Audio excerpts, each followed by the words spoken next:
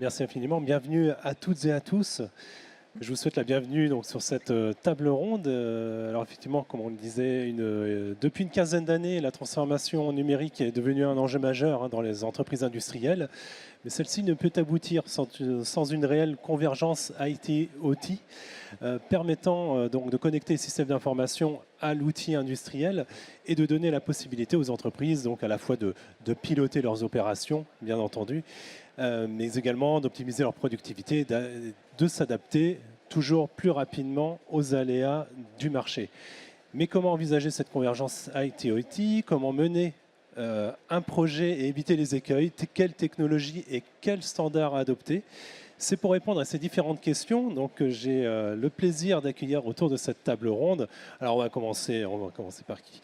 On va commencer par Patrick Lambollet. Donc, on a déjà été présenté. Alors VP, alors avant de parler de Schneider, vous êtes aussi président d'OPC Hub France, Hub OPC France. Exactement, oui. J'ai cet honneur. Merci beaucoup. Et de votre présence, Rémi Béraud, donc directeur industrie 4.0 groupe Bell. On les refait quand même, le tour. Donc Laurent Mismack, donc CEO de Siemens France. Et donc Thierry Dano, expert industrie 4.0 de Renault Group. Tout d'abord, je vous invite chacun d'entre vous à vous présenter, enfin en tout cas savoir quel rôle vous exercez au sein de vos différentes entreprises et organisations. On peut commencer par vous. Alors, Rémi Béraud, tiens. Bien. Donc, bonjour à tous. Merci pour cette opportunité. Alors, je ne vais pas représenter le groupe Bell, vous avez compris. On est dans l'agroalimentaire, on a une trentaine d'usines. Donc, moi, ma mission aujourd'hui chez Bell, c'est de m'occuper, notamment sur le périmètre manufacturing, de construire la roadmap de transformation des activités du groupe. Donc, de coordonner et de développer, notamment jusqu'au dossier d'investissement, l'ensemble des activités et des projets autour du manufacturing. D'accord. Laurent Mismack. Donc Laurent Mismack, moi je suis en charge à la fois du Customer Service au sein de Siemens France, mais aussi donc, de la direction générale. Thierry.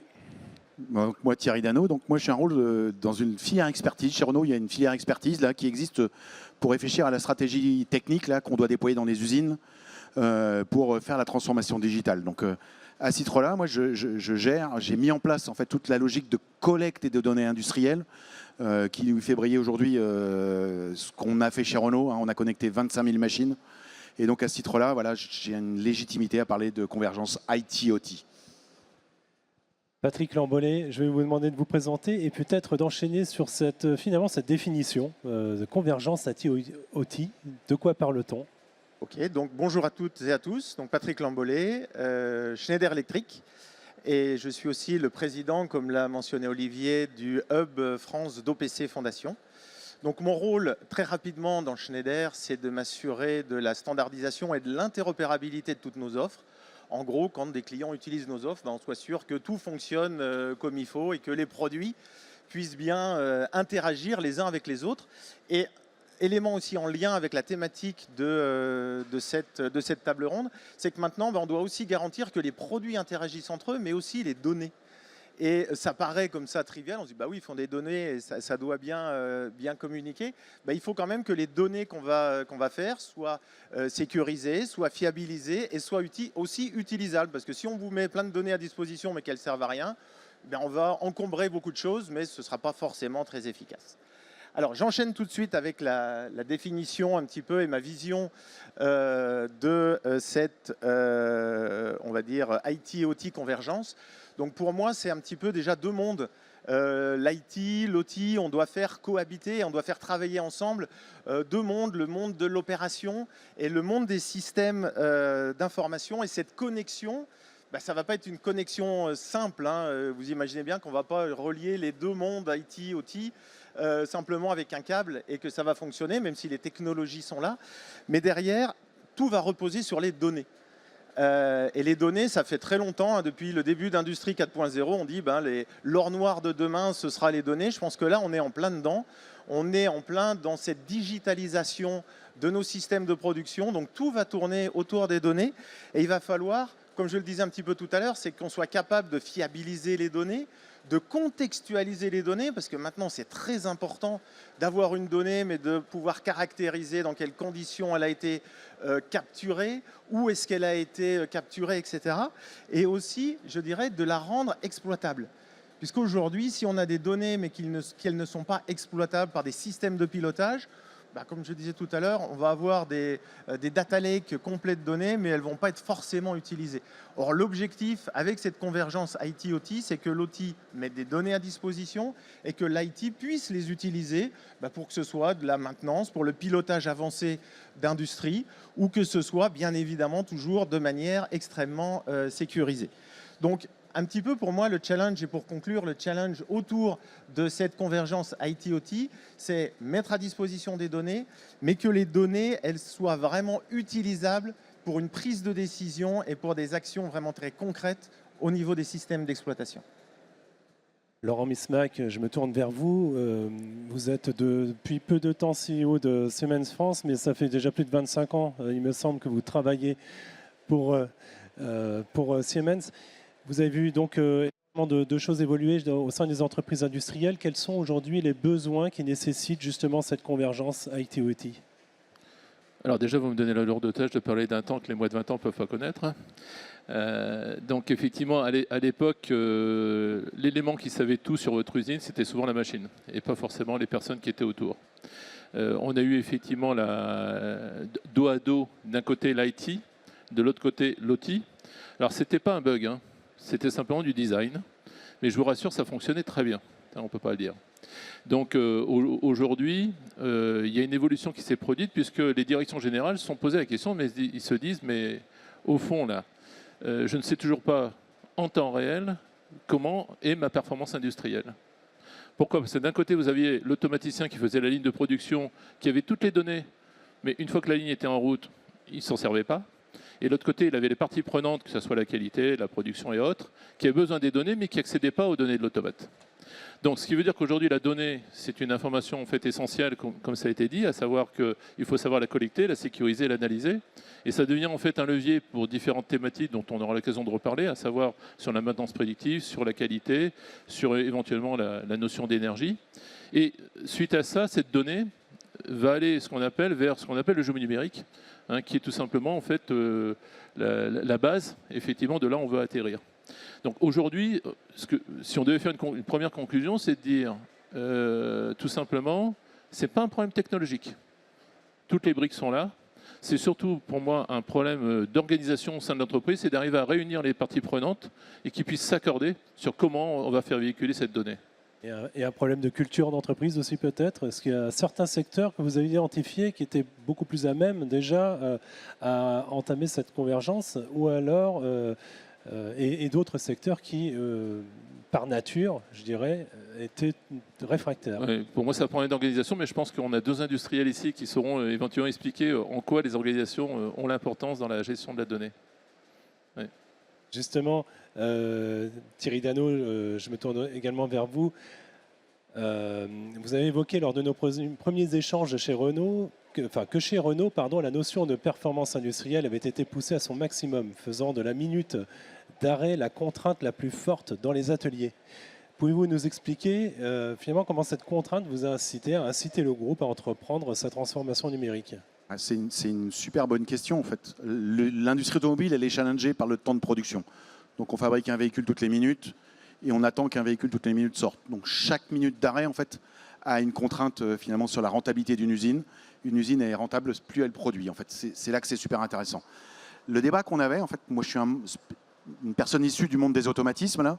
Donc tout ce que les collègues ont expliqué résonne très fortement en moi. En fait, dans les années 2000-2010 là, les machines avaient plein de données, elles étaient enfermées, on n'était pas capable de les exploiter. Et en fait, finalement, on stagnait sur un seuil de performance industrielle. On avait des outils qui permettaient d'être très, très réactifs, mais on avait des débats aujourd'hui, par exemple, sur la qualité de nos véhicules produits. Comment, si j'ai un incident chez un client, comment je peux rattraper sur le process très rapidement. Donc à partir de 2017, là, on a commencé à collecter nos machines et récupérer des données process. Des données process, c'est des couples de serrage, c'est des consignes, c'est un certain nombre d'éléments là qui nous permettent de factualiser ou de contextualiser finalement les données qui sont issues de nos process opératoires. Et si on peut finalement associer cette donnée process à un véhicule fabriqué, vous imaginez derrière ce qu'on peut faire en termes de performance opérationnelle.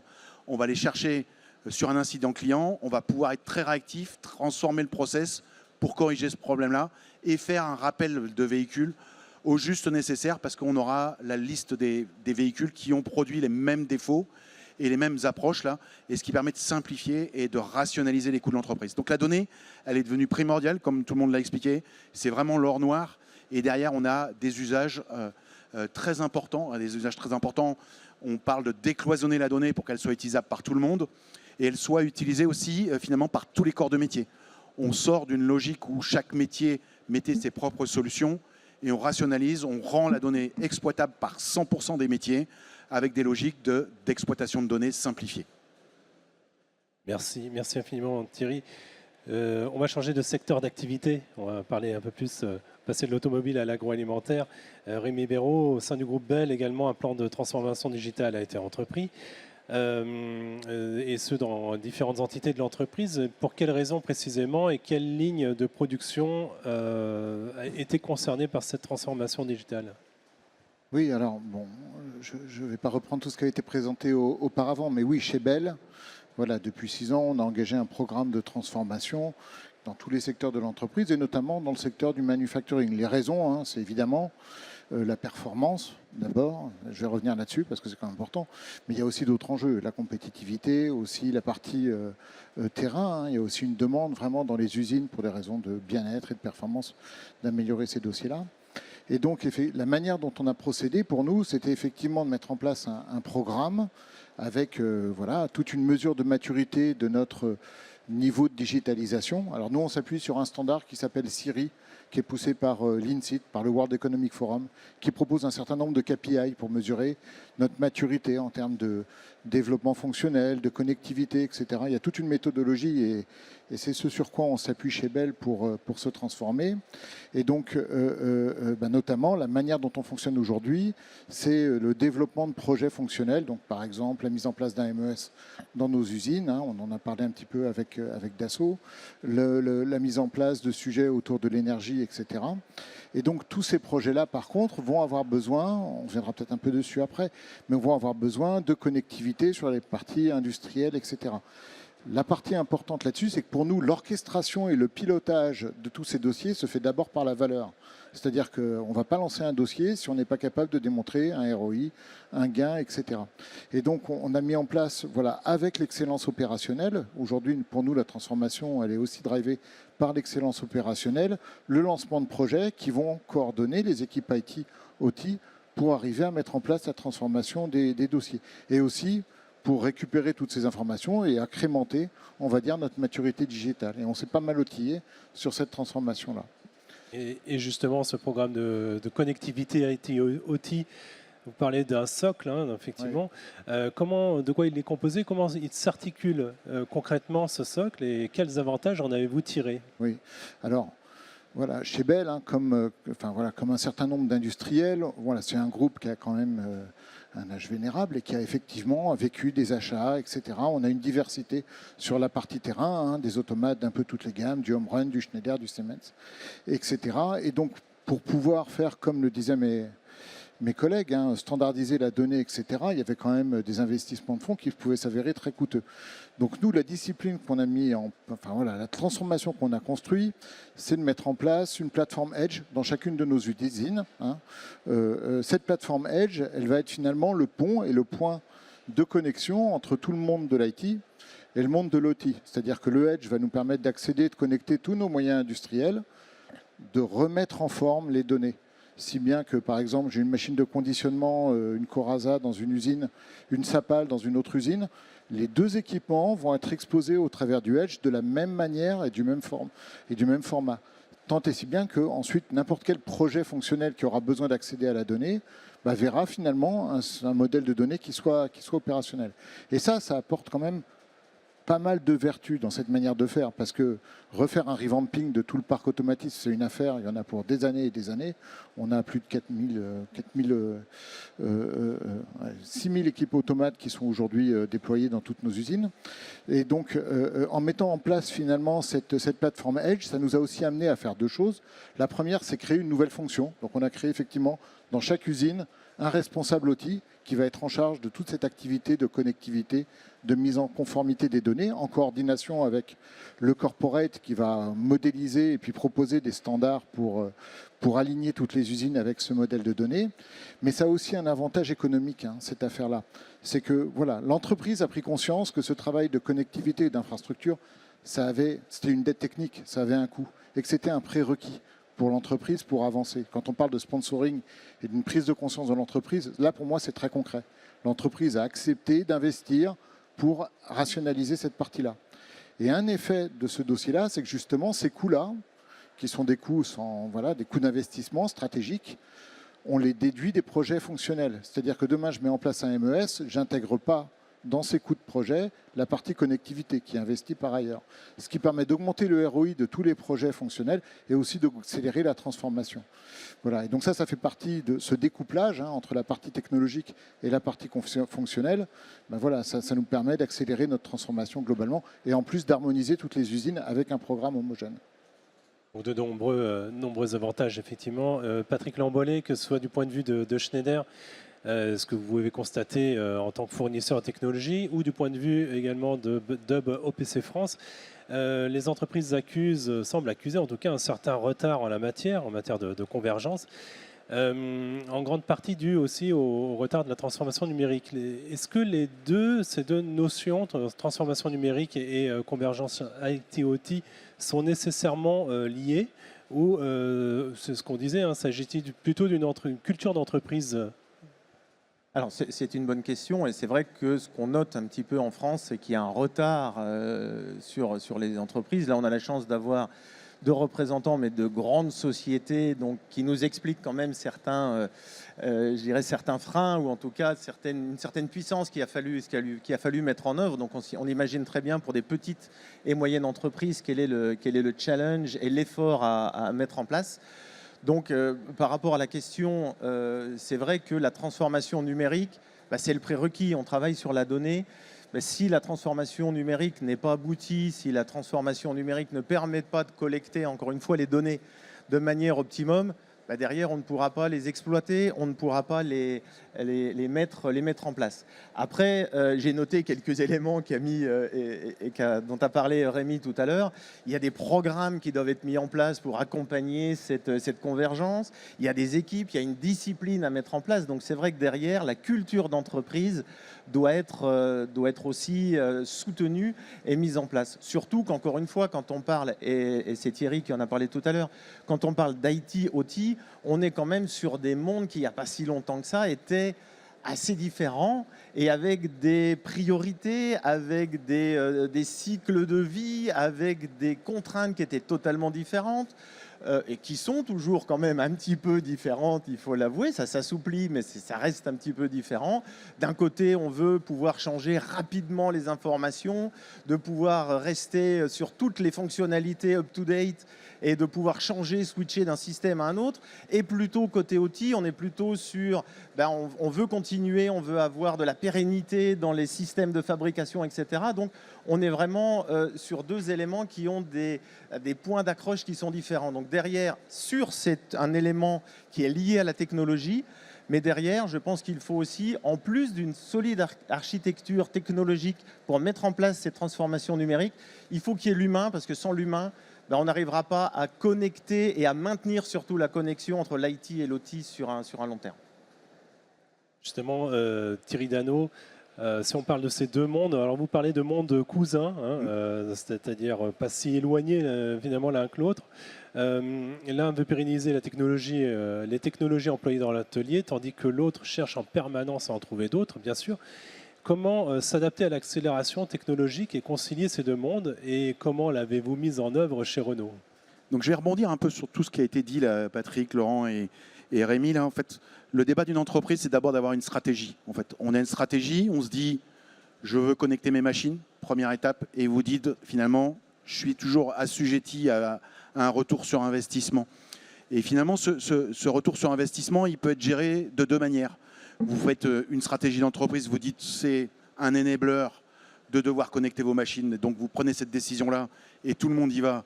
Et après, vous avez la question de l'usage de la donnée et comment on s'en sort. Donc la technologie, elle est importante. Donc en fait, entre le monde de l'IT et de l'OT, ce qui est important, c'est que finalement, comme le disait Olivier, c'est des cousins en fait. Tous les deux, ils font de la programmation. Sauf que c'est des logiques finalement. Il y a une logique court terme finalement, avec un cycle de vie très court, côté digital, côté informatique, et un cycle très long sur l'aspect machine. Quand vous installez une machine, vous l'installez pour 15 ans. Donc les choix technologiques, quand vous êtes un utilisateur final, c'est de faire le choix de la technologie qui va perdurer dans le temps pour pouvoir finalement profiter d'une technologie, pouvoir la faire évoluer, parce que finalement, vous n'êtes pas dans un monde figé. Hein. Tous les jours, vous avez des nouveautés, des gens qui viennent vous voir, qui viennent vous dire « Ah oui, mais ce serait bien qu'on mette ça en plus comme données, parce que ça va nous permettre de faire ça et ça et ça. » Donc c'est un monde qui ne doit surtout pas être figé. Donc il faut choisir la technologie la plus appropriée au moment où vous prenez la décision. Donc le choix que nous, on a fait chez Renault, c'est qu'on a mergé finalement des technologies de l'informatique et des technologies des automatismes. Le premier choix, c'est qu'au niveau machine, on a pris l'OPCUA. Je suis représentant finalement avec Patrick, là, moi, en tant qu'utilisateur finaux. Et donc je pousse la logique des industriels vis-à-vis de la fondation OPC pour pouvoir finalement amener cette dimension d'utilisateurs finaux. Et après, en fait, l'informatique prend le relais au-dessus. C'est-à-dire qu'on a des infrastructures à mettre en place pour collecter la donnée, pour la pousser dans le cloud, pour aller chercher finalement des logiques qui sont soit je veux faire de l'analyse de données froides, c'est-à-dire que je n'ai pas de problème de temps réel, je peux aller faire mes données le jour même, le lendemain, sur le lendemain, sans contrainte, ou après j'ai une contrainte opérationnelle où là j'ai besoin d'aller faire de l'analyse temps réel, c'est-à-dire à 5 secondes, j'ai besoin d'avoir les résultats. Et en fait, si vous avez un écosystème qui a été structuré pour aussi bien faire de la donnée froide que de la donnée chaude, vous avez tout gagné en fait. Vous pluguez vos machines, vous faites du plug and work, vous déclarez une adresse IP et tout démarre automatique, les abonnements se font automatiquement. Il y a des miracles de la technologie quand on la connaît bien qui nous permettent de faire finalement une scalabilité de la solution. Donc en fait, le combat entre les automaticiens et les informaticiens, c'est un faux débat en fait. C'est vraiment les deux métiers doivent travailler ensemble. Chacun a des forces, chacun a des faiblesses. Et il faut aller tirer le meilleur des deux pour aller faire cette transformation numérique. Laurent Mismack, l'un des défis majeurs de cette convergence réside à la fois dans la densité des données, mais aussi dans la volonté de toujours donner plus de fonctionnalités justement à ces données. On parlait que ce soit en qualité, contrôle qualité, en maintenance prévisionnelle ou prédictive maintenance, dans la gestion de l'énergie également. Sur quel type d'automate finalement et quels standards s'appuyer pour assurer cette conciliation ? Alors, tout d'abord, il y a un piège qu'il faut à tout prix éviter, c'est d'empiler les fonctionnalités. Comme on le voit effectivement, on va parler d'énergie, de maintenance, donc tous ces thèmes. Et dans la plupart des cas, on voit souvent les industriels se lancer directement sur ces thématiques, qui sont des thématiques réelles dont ils ont besoin. Souvent, les architectures ne sont pas prévues pour ça. Donc ça veut dire qu'à un moment, ils sont en train de couler dans leur propre complexité. Donc ça, c'est un premier point. Donc, pour être pragmatique, aujourd'hui, côté automate, on sait qu'il est aujourd'hui totalement ouvert, il est interopérable. Par contre, il faut à tout prix que l'automate soit dans un environnement logiciel où la data est unifiée. C'est-à-dire que cette data, d'accord, doit être la même que l'on utilise au niveau de l'automate, de l'interface homme-machine, du variateur et même du SCADA. Parce que le but, ce n'est pas ensuite, d'accord, de légiférer autour de cette data. Ça, c'est le premier point. Pour répondre à votre question, au niveau des deux standards, j'aurais du mal à répondre contre ça va être compliqué, d'accord. Pour répondre sur les deux standards, donc le premier standard, effectivement, pour moi, c'est OPCUA, c'est clair. OPCUA, donc ça devient un petit peu, en fait, ce que j'appelle la lingua franca de l'interopérabilité de l'IT-OT, puisqu'elle est totalement agnostique par rapport au constructeur, elle est de façon native sécurisée. Donc ça, c'est un premier point. Ensuite, on va rejoindre un petit peu ce qui a été dit côté Bell, puisque c'est MQTT. Donc MQTT fait partie effectivement donc, des protocoles qui ont sa raison d'être, puisque derrière, pour des questions de volume de données et aussi de bande passante, c'est surtout utilisé dans le cadre du edge. Donc là, on revient sur la notion de edge. Le edge, c'est pourquoi? Parce qu'effectivement, on va traiter l'information au plus proche de la source de données que l'on a besoin. Et en finalité, le edge va permettre globalement de créer en fait une valeur ajoutée à une certaine donnée. Et c'est cette donnée-là qu'on va capitaliser vers le haut. Donc, ce qui est très important pour nous aujourd'hui, c'est pas collecter de la donnée pour faire de la donnée. Ça sert strictement à rien. C'est plutôt de travailler au travers d'un cas d'usage. Et ensuite, derrière, dans la mesure où je sais pourquoi j'ai besoin de cette donnée et je sais l'expliquer pourquoi, automatiquement, je peux créer ensuite mon architecture qui correspondra effectivement à mon besoin. Patrick Lambollet, toujours en tant que président de OPC France, vous défendez bec et ongle la technologie normalisée OPC UA, Oui. En France en tout cas. Pour quelles raisons? Pourquoi ce standard est-il devenu incontournable? Et cette technologie est-elle mature? Finalement, c'est aussi la question technologique. Alors oui, je défends bec et ongle cette technologie, mais après, ce que j'entends, c'est vrai que ça commence à être en tout cas très très utilisé, en tout cas en Europe et à travers le monde. Et OPC n'est pas... Alors on entend parfois, alors c'est un standard, mais merci de le repréciser, mais ce n'est pas un autre moyen d'assurer une connexion ou en tout cas un autre protocole d'information. OPC UA, c'est beaucoup plus large que ça. Et derrière OPC UA, il y a ce standard d'interopérabilité. Laurent l'a précisé tout à l'heure, l'intérêt et pourquoi OPC UA est tellement apprécié et utilisé, c'est que derrière, quels que soient les fabricants qui font des équipements, des machines, des softwares ou même des architectures, OPC, l'objectif d'OPC est de permettre une communication entre l'ensemble des éléments, quels que soient les fournisseurs. Et derrière, quand je dis communication, ce n'est pas de la donnée, on va dire entre guillemets simple, mais c'est vraiment de la donnée qui est structurée. Et cette donnée structurée, c'est comme si sur le câble d'information, on passe l'information, mais le sens qui est associé à cette donnée. Et c'est là où, depuis le début, je parle de contextualisation de la donnée, où OPC amène énormément de choses grâce à cette structuration. Donc la structuration, c'est bien pour la donnée elle-même, mais si je rebondis un petit peu par rapport à la question précédente sur l'organisation et l'aspect humain, je pense que, et ce n'est pas ni Thierry ni Rémi qui vont me contredire là-dessus, mais cet exercice, entre guillemets exercice, de définir ces données, ce n'est pas quelque chose de si trivial. On se dit, oh, bah, les données, ok, on sait ce qu'on produit, on met ça dans un petit tableau, tac, tac, et puis on met ça, on pousse ça dans le cloud, etc., et ça va fonctionner. Et les retours d'expérience qu'on a au travers d'OPC France, c'est que c'est un véritable exercice, et c'est un véritable exercice aussi qui permet de casser des silos entre, on parlait d'OT, IT, mais aussi entre les différents services, les différents utilisateurs et les différents intervenants. Puisque là, pour créer ces structures de données, il faut être tous autour d'une table et se dire, ben voilà, qu'est-ce que je produis ? De faire un état des lieux de ce qui est produit en termes de données, mais après, qu'est-ce qui va être consommé? Parce qu'encore une fois, on l'a répété, ça ne sert à rien de produire énormément de choses si derrière, ben, au niveau de votre pilotage, au niveau de l'utilisation des données, elles ne servent à rien. Donc c'est pour ça que OPC est utilisé. Derrière la maturité, j'en terminerai là-dessus. Aujourd'hui, ça fait, je pense, à peu près 30 ans qu'OPC Fondation a été créé, 20 ans qu'OPC UA, Unified Architecture, est utilisé. C'est une association mondiale qui compte plus de 1000 membres aujourd'hui.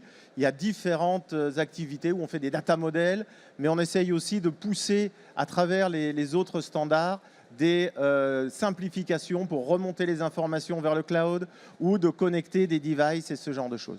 Donc aujourd'hui, effectivement, OPC est mature et largement utilisé. Oui. Thierry, vous souhaitiez rebondir? Ah oui, je voudrais rajouter quelque chose. J'ai des compléments d'informations par rapport à toi, Patrick. En fait, nous, on a fait un choix de l'OPC UA pour deux raisons. En fait, protocole de communication interopérable, on est d'accord. Mais en fait, ce qu'on a découvert en faisant l'exercice, là, c'est que le data model, la logique, la manière de structurer l'information, la manière de définir un dictionnaire unifié, un dictionnaire d'entreprise, en disant, je ne sais pas, j'ai une information qui s'appelle Start Cycle, je veux retrouver le Start Cycle dans toutes les machines, ce qui permettra de dire, je sais calculer un temps de cycle de manière transversale, avec une notion de scalabilité. Et un autre élément, en fait, aujourd'hui, nous, quand on fait la démarche d'organisation, on dit toujours qu'il faut l'associer à une organisation. En fait, quand on a mis en place une organisation dédiée autour du déploiement de l'OPC UA, en fait, on a mis une équipe qui fait des data models. Et l'équipe qui fait des data models, en fait, qu'est-ce qu'elle fait? Elle identifie toutes les données qui sont disponibles dans la machine. Donc, je vais vous donner un exemple tout simple. Là. Un robot polyarticulé 6 axes, là, c'est à peu près 1500 paramètres. Donc, on les expose dans un modèle de données. Mais vous allez me dire, est-ce que vous collectez toutes ces informations-là? Moi, je vous réponds non. Parce que c'est une des capacités de la technologie de faire du choix, de définir ce qu'on veut comme abonnement. Et donc aujourd'hui, nos cas d'usage nous permettent de dire, aujourd'hui chez Renault, on utilise 30 data points sur les robots pour répondre à nos cas d'usage. Si demain on a un nouveau cas d'usage, on saura ouvrir le tuyau pour rajouter des données, et ainsi de suite. Donc c'est un écosystème qui est très mouvant, qui peut évoluer et qui peut permettre de le faire.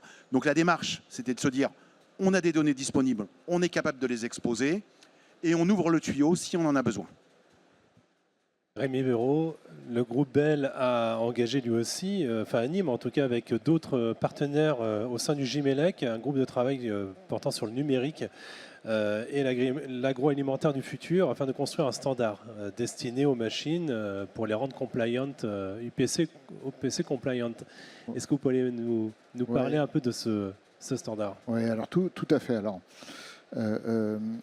en fin de compte, donc Bell a travaillé cette transformation digitale là, depuis quelques années. On n'est pas les seuls, hein, bien sûr, il y a d'autres industriels dans le secteur agroalimentaire qui se sont développés. Bon, pour autant, c'est quand même un secteur qui est un peu en retard. Et l'ANIA, donc l'ANIA, c'est l'Association nationale de l'industrie agroalimentaire, hein, ça regroupe tout un ensemble de groupes et de petites entreprises dans notre secteur, a conscience de ce retard qu'il faut amorcer, et puis de manière générale aussi des problèmes de compétitivité. Donc effectivement, dans ce cadre-là, comme toutes les filières de différents métiers, on a ce qu'on appelle le contrat stratégique de la filière agroalimentaire, dans notre cas, dans lequel il y a un certain nombre de projets, un contrat avec l'État dans lequel on va se développer. Et on a ajouté un nouveau dossier dont on s'occupe côté Bell avec d'autres industriels autour de l'usine du futur et du numérique. Dans ce projet-là, on a lancé une première initiative qui est quand même un assez gros succès, on va dire, qui est le standard Agro Digital Ready. Donc l'idée de ce standard, c'est exactement ce que disait Thierry, c'est que Bell, comme Renault, comme Danone, comme d'autres, hein, on a besoin de connecter nos machines, on a besoin de récupérer les données. Et puis on s'est un peu rendu compte finalement en échangeant que fonctionnellement, on a un peu toujours besoin des mêmes données. Hein. L'état des machines, les codes défauts, et puis les données d'information sur les pannes, et puis les données sur la consommation énergétique, etc., etc. Tout ça pour répondre à différents use cases, qui par contre peuvent être un peu différents. Mais à la fin, sémantiquement, hein, si on parle d'ontologie, on a un peu toujours besoin des mêmes données. Sauf qu'on fonctionnait en ordre dispersé. Enfin voilà, Avril avait un cahier des charges quand il achetait une nouvelle machine avec ses différents besoins de données, Bell pareil, et d'autres équipementiers, Savencia et ainsi de suite, un peu pareil. Donc c'est l'idée d'Agro Digital Ready, c'est de dire là on est en train de se disperser, on perd de l'énergie, et puis on n'aide pas non plus toute la filière. Parce que là on parle de gros industriels, mais l'essentiel de l'agroalimentaire c'est aussi plein de petites PME, plein de sociétés qui peuvent être plus fragiles et qui n'ont pas beaucoup d'énergie. C'est quand même un dossier où ça demande un peu d'expertise, il y a tout un vocabulaire et ainsi de suite. Donc c'est comme ça qu'est né Agro Digital Ready. L'idée c'est de mettre en place un standard assez simple. On ne veut pas réinventer la roue, hein, mais finalement un label à étoiles, 1 étoile, 2 étoiles jusqu'à 5 étoiles. Une machine qui sera Agro Digital Ready 1 étoile. Grosso modo, elle va être capable d'exposer des informations de son état machine, de ses données de code défaut. Et puis c'est un peu tout ce qu'on va demander. Ça ne doit pas coûter très cher. Par contre, là où le standard doit être assez puissant, c'est qu'on s'est tous mis d'accord.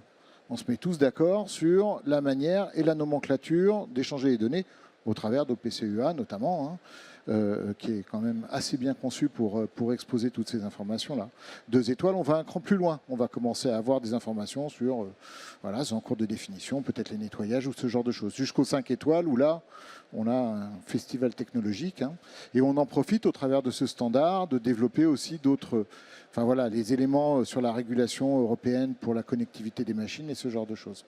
Donc aujourd'hui, on est une cinquantaine de membres, hein, à la fois côté agroalimentaire, mais aussi la Fédération des industries mécaniques, les fabricants de machines s'intéressent à ce dossier-là, et aussi le GIMELEC, hein, qui Schneider, Siemens, etc., qui sont un peu aussi au cœur de tous ces dossiers-là. Et donc on va faire normaliser ce dossier-là, une livraison en fin d'année. Bon, voilà, et on espère que ça va aider la filière et d'autres filières, j'espère. Alors, juste pour ajouter un petit complément, sans casser le rythme des questions, c'est juste par rapport à ce que tu disais, la souplesse d'OPC, c'est-à-dire que OPC est utilisé dans l'agro digital ready, mais va permettre de structurer aussi des standards existants et des standards métiers. Donc ça permet de structurer les données tout en gardant la connaissance et les cas d'utilisation qui sont déjà en place. Donc ça, c'est important aussi de préciser cette souplesse au niveau d'OPC. Je m'adresse maintenant à... Merci beaucoup pour ces compléments. À Laurent Mismack, quel est votre conseil en matière de convergence IT-OT? Vous nous dites bien souvent d'ailleurs qu'on oublie de mesurer la donnée dont on a besoin. Comment faire précisément? Alors déjà, la première chose, il faut oublier la technologie. Il faut poser le problème. On a vu effectivement beaucoup de POC qui sont réalisés dans les industries, où d'ailleurs ils ont installé des capteurs, ils ont investi dans des plateformes, ils ont connecté les machines. Au bout d'un certain temps, ils ont récolté énormément de données. Et après, what else? Ils ne savaient pas quoi en faire. Donc, si on ne pose déjà pas le problème au départ, et le problème c'est qu'est-ce qu'on doit résoudre? Quel est l'élément effectivement qui est primordial pour atteindre une performance industrielle? Est-ce que je dois réduire la consommation d'énergie sur un îlot? Est-ce que je dois analyser les temps machines? Est-ce que je dois améliorer la qualité à la sortie de mon unité de production? Donc là, c'est là où on va, en réunissant les parties prenantes de l'entreprise, analyser quelles sont les données qui sont pertinentes, pour pouvoir atteindre cet objectif. Alors bien sûr, une donnée, ça ne s'invente pas. Donc s'il faut derrière, si la donnée, on ne l'a pas, il va falloir la construire. Donc on va dire l'instrumenter. Ça, c'est un premier pas. Après, vous avez ce qu'on appelle les données process et les données contextuelles. Ça veut dire qu'aujourd'hui, on dit, bon, c'est bon, j'ai toutes les données. Ben, pas forcément. Parce que derrière, je sais que le moteur tourne, mais il tourne dans quelles conditions? Avec quelle équipe? Quelle matière? Quelle température au niveau de l'atelier? Quelle hygrométrie? Et ça nous amène ensuite tout doucement vers ce qu'on appelle donc, la maintenance prévisionnelle ou la maintenance prédictive, si on le prend en anglais, qui nous permet effectivement de créer des modèles qui prennent en compte l'environnement. Donc il n'y a pas que la donnée process, il y a aussi la donnée contextuelle donc, à créer. Donc, et tout ça, ça forme un tout qui permet effectivement aujourd'hui de réfléchir, comme on l'a dit tout à l'heure au début, à savoir que c'est l'organisation au niveau de l'entreprise qui définit en fait le mode de fonctionnement au niveau de la data. Et celle-ci doit se réunir. Donc si elle devait se réunir, elle se réunirait au travers non pas de 10 cas d'usage, mais de 1 ou 2 cas d'usage. Et pour moi, le plus important, c'est de créer en fait une gouvernance en fait de la data industrielle. Si on arrive à créer cette gouvernance de la data industrielle, automatiquement, on ira vers la performance industrielle. On arrive au terme de cette table ronde. Il y a quand même une question que je voudrais vous poser à chacun. Quel conseil vous pourriez donner? On a vu notamment avec le groupe Bell et le groupe Renault, des grandes entreprises. Il y a des chefs d'entreprise ici de taille moyenne, intermédiaire. Quel conseil pouvez-vous donner? Est-ce que c'est duplicable, cette convergence IT-OT? Ah ouais, je vais commencer alors. On va commencer comme ça. Moi, si j'ai un conseil à vous donner, première étape, c'est finalement d'avoir des équipes qui sont suffisamment motivées pour faire cette transformation. Alors c'est ce qu'on a un peu fait chez Renault, et avec un débat en fait qu'on a eu pendant très longtemps, c'est d'avoir eu des sponsors, des grands patrons qui nous ont poussés, mais pas forcément de visibilité, parce qu'en fait une transformation numérique c'est pas instantané en fait. Il vous faut du temps techno, se dire c'est pour faire un data model, pour se dire c'est quoi la stratégie d'entreprise, il faut se poser un petit peu. Et finalement une fois que vous avez fait cette logique-là, qu'elle est prête, à ce moment-là vous emmenez tous les patrons avec vous et vous dites on est prêt, on y va et on peut déployer. Et les patrons en fait, vont voir les directeurs d'usine et ils disent on y va, on déploie. Mais si vous n'avez pas de solution avec un niveau de maturité suffisant, vous tombez dans le purgatoire d'époque, comme mon chef il aime bien dire là, et vous avez une solution qui va marcher sur une machine mais pas sur celle d'à côté parce qu'il y a trop de diversité. Donc il faut bien avoir une réflexion sur sa stratégie d'entreprise, sur son mode de gouvernance et ça marche finalement à petite échelle parce que finalement à petite échelle, on a une personne qui est capable de finalement porter tous ces rôles-là et on peut le faire. Moi, j'ai vu des réussites dans des petites entreprises là, qui avaient cette logique de vouloir connecter toutes leurs machines et ils y sont arrivés parce que finalement, une société, plus elle est petite, plus elle a de souplesse et plus elle peut emporter finalement des transformations rapides en fait. Et une grande entreprise, en fait, il faut que nous, on amène finalement une conduite du changement pour emmener toutes les opérationnels dans les usines. Et une fois que les opérationnels sont au bon niveau, après, on peut attaquer la couche hiérarchique pour dire on est prêt, on peut déployer, et une fois que c'est parti, ça se déploie très rapidement. Donc vraiment, il y a un mot d'ordre autour de la scalabilité et la logique d'entreprise. C'est-à-dire que nous, aujourd'hui, vous pouvez faire des calculs de temps de cycle. Là, je vous ai parlé un peu du principe d'abonnement. Moi, je sais faire du temps de cycle sur n'importe quelle machine, parce que comme c'est standardisé, c'est facile. Je sais faire des plans de surveillance, je sais faire de l'analyse qualité. On sait à peu près tout faire. Donc on ne s'est pas posé la question de ce qu'on devait collecter, un petit peu à l'envers de la démarche que Laurent a proposée là. Nous, on s'est dit qu'on avait plein de données, il fallait qu'on soit capable de les exposer. Si on n'en a pas besoin immédiatement, il faut se dire qu'on va tester, on va vérifier, on va se dire « Ah oui, il y avait cette idée-là qui est sortie en disant on va faire de la maintenance prédictive ». On a eu le cas chez Renault sur des axes robots, des réducteurs de robots. Les 3 premières années, on n'a rien récolté. On a refermé les tuyaux. Et puis là, depuis 6 mois, on a relancé parce qu'on a un thésard là, qui est sur le sujet. Il a trouvé un truc sympa et on est reparti. On a réouvert les tuyaux. Donc voilà, il faut avoir de la souplesse, pouvoir ouvrir, fermer les tuyaux comme on veut, en fonction des usages, en fonction de la maturité de l'entreprise. Voilà, très rapidement, on est un petit peu en retard. On peut suivre Laurent, si vous voulez, ou Rémi. Pour moi, si vous débutez, moi, ce que je conseille, au-delà de la prise de conscience, c'est de partir d'une méthode. Enfin, je parlais tout à l'heure de Siri, de l'INSIT, etc. Je pense qu'il y a... Voilà, c'est des outils qui peuvent vous aider à définir déjà la position de départ, où est-ce que vous en êtes, et de vous aider à prioriser. Moi, je pense que, en tout cas, et ces méthodologies-là intègrent justement ces sujets de connectivité, etc. Donc, il n'y a pas que Siri, hein, il y en a d'autres. Mais je pense que c'est un bon outil, ça ne coûte pas très cher à mettre en place, et ça permet de définir une première stratégie, une première étape. Parce que, comme l'a dit Thierry, c'est des transformations qui peuvent être super longues, qui peuvent prendre beaucoup de temps. Alors, il y a de la valeur, hein. C'est des sujets sur lesquels il y a plein de gains un peu cachés un peu partout.